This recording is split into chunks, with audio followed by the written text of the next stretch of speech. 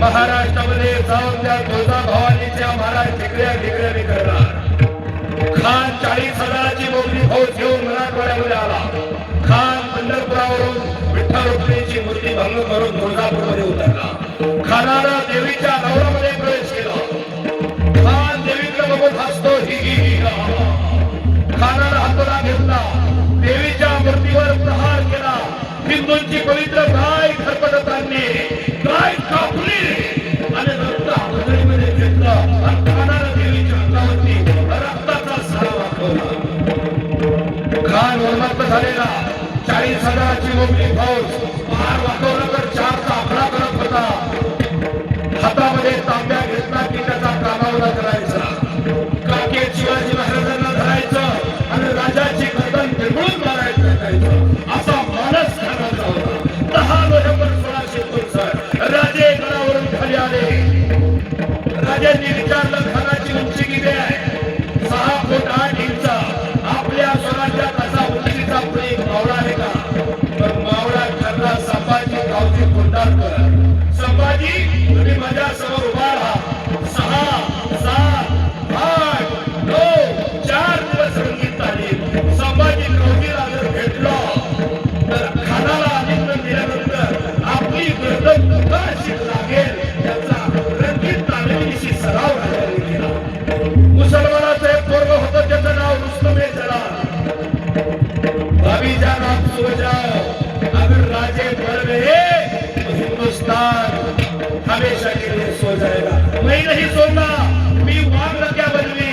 आणि मुसलमानाच्या पोरानं मनोज जरांगे दादाला जशा मुंबईमध्ये भाकरी पुरवल्या तशाच मुसलमानाने मला महाराष्ट्रामध्ये सातारा शिरांच्या जिल्ह्यामध्ये प्रतापगडच्या पैठ्याला त्या रुस्तमे जलाल नावाच्या मुसलमानाच्या पोरानं वाघ नक्या बनवल्या. रात्रभर घोळल्या आणि राजांनी वाघ नक्या पाठीमागे झाल्या. राजे अभिषेक करून आज ते कलम लढावून खाली आलेले आहेत. खान समोर आहे. खानाच्या बरोबर सय्यद बंडा होता. कृष्णाजी भास्कर कुलकर्णी, कृष्णाजी वकील 2 वकील होते. राजांनी माहिती काढली होती. प्रतापगडला भेटायला खाली गेल्यानंतर खानाबरोबर अंगरक्षक कोण आहे? नाव त्याचं सय्यद बंडा. काय करतो हा सय्यद बंडा? 10 फुटावर उडी मारतो. तलवार चालवतो. पुन्हा 10 फुटावर येतो. राजे म्हणाले आपल्या दरबारात असा एखादा पोरगा आहे का? शिवाजी महाराज नावाचा एक मावळा उठला म्हणला राज सय्यद बंडा 10 फुटावर मारतो ना.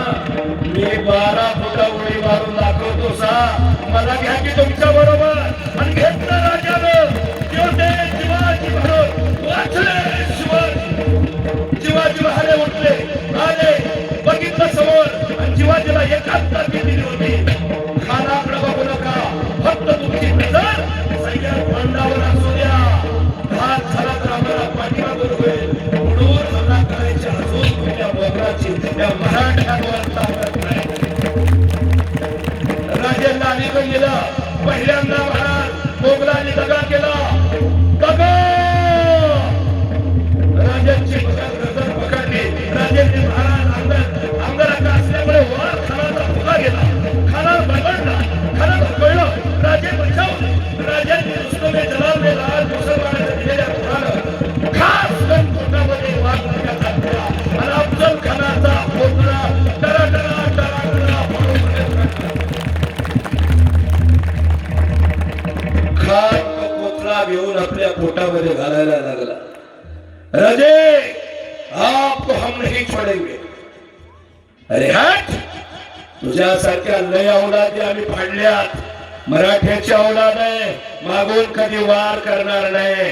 झाला तर छातीवर घेऊ आणि केला तर छातीवरच करू.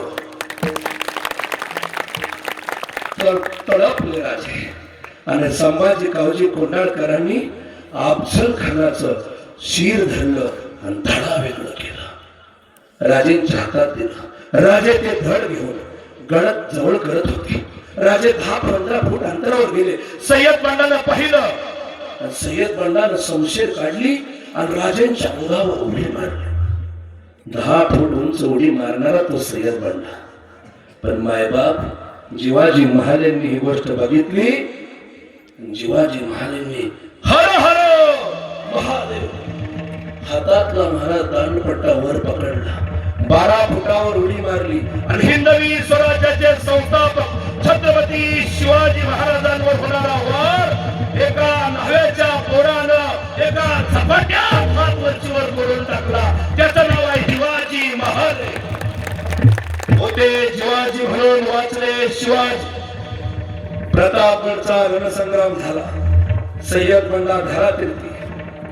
पालखीच्या भयांचं 12 जणांचं पाय संभाजी कावजी कोंडाळकरांनी पडले.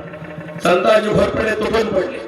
20 मावळ्यांनी 40,000ची फौज तिथं कापाकापी सुरुवात झाली. अरे कृष्णा नुसती लालगी वाहत होती आणि मराठ्यांच्या मुठभर सैन्यानं 40,000च्या मोगल्या सैन्याला पाणी पाजलं. एकट्या मनोज दादाने अख्ख्या देशातल्या सगळ्या राजकारण्यांना पाणी पाजलं. इतिहास झाला अजरामर इतिहास. छत्रपती संभाजी महाराजांच्या निधनानंतर एका मराठ्याच्या पुरानं अख्ख्या देशात भगववादळ करणारा एकमेव दादा संघर्ष होता मनोज दादा जरांगे पाटील. अरे आले किती आले गेले किती, आले किती आले गेले किती, गेले किती 100. हाय हाय तलवारीची